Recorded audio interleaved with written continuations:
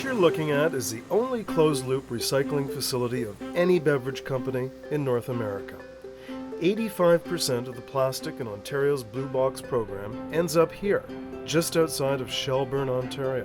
We were looking at our carbon footprint and our environmental impact, and we decided there's enough plastic in the world today. In the world of recycling, this is as cutting edge as it gets.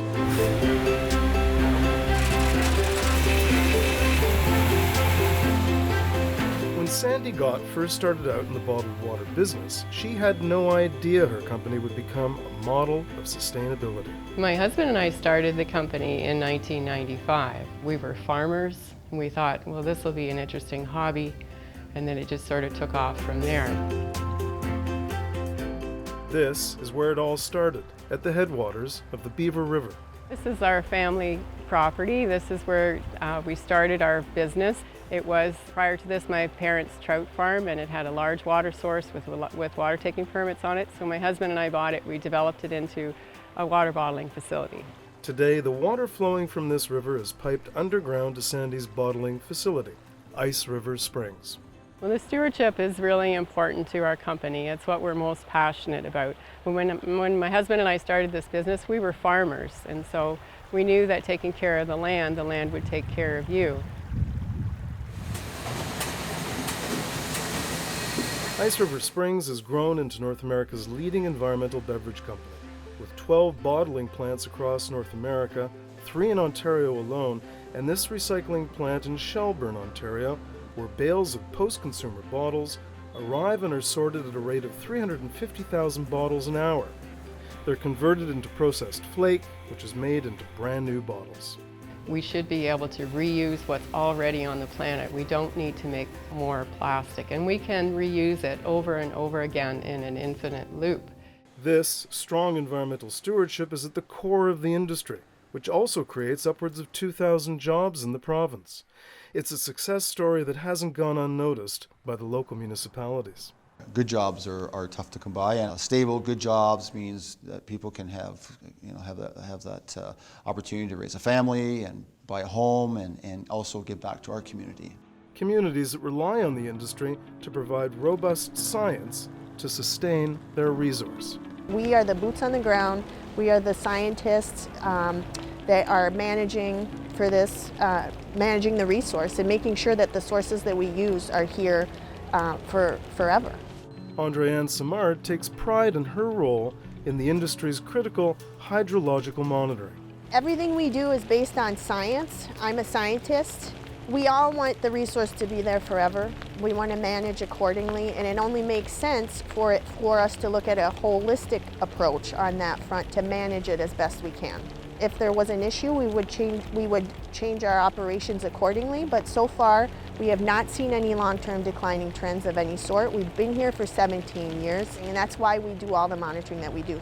Nestle's has been a good partner for the township. They've been very cooperative. Nestle's is only one of the many water takers that we have in the township. And as a portion of the water that's actually taken in the township from the groundwater, they're a small portion of that. The entire bottled water industry in Ontario represents 0.2% of all water takers in the province. Yet, despite the industry's record of stewardship, the government of Ontario has recently slapped a 2-year moratorium on new or expanded water takings from groundwater and proposed a 13,500% increase in the water taking permit fee. Apparently, common sense doesn't seem to fit into all this at the current time, and that's troubling. We see the science and what it tells us, and yet people don't want to pay attention to that. They want their own message heard, and they have a clear message that they do not want to see bottled water as an option for the public. One of the misconceptions is that the permit fee is actually a fee to purchase the water, but it's not. We don't pay for water. We pay the ministry to administer our permit to take water. We own the land. We own the infrastructure. We pay all of the capital costs for that and also for our plants. We're not paying for water. That's a misconception. We're paying to administer the program, and it's just exorbitant. Exorbitant and inconsistent. Just down the road from the Nestle plant is one of a number of aggregate companies in the area. One of these companies alone is permitted to take 7 times as much water per day as the entire bottled water industry in the province. Yet they pay no fees and are responsible for none of the science or stewardship of the resource. They were using 91 million litres a day. Elizabeth Griswold, Executive Director of the Canadian Bottled Water Association, feels the industry is being targeted in an irresponsible way. My question to the government is, what about the other 99.8%? To properly sustain the resource, everybody has to be involved. The future of water has always been a priority for those in the industry who depend on it for their livelihood and play a key role in understanding, monitoring, and managing this precious resource. Our values are that we need to protect this water source in terms of quality and quantity. We had to take care of the water and make sure that our taking is always sustainable because we want this source to be here for future generations.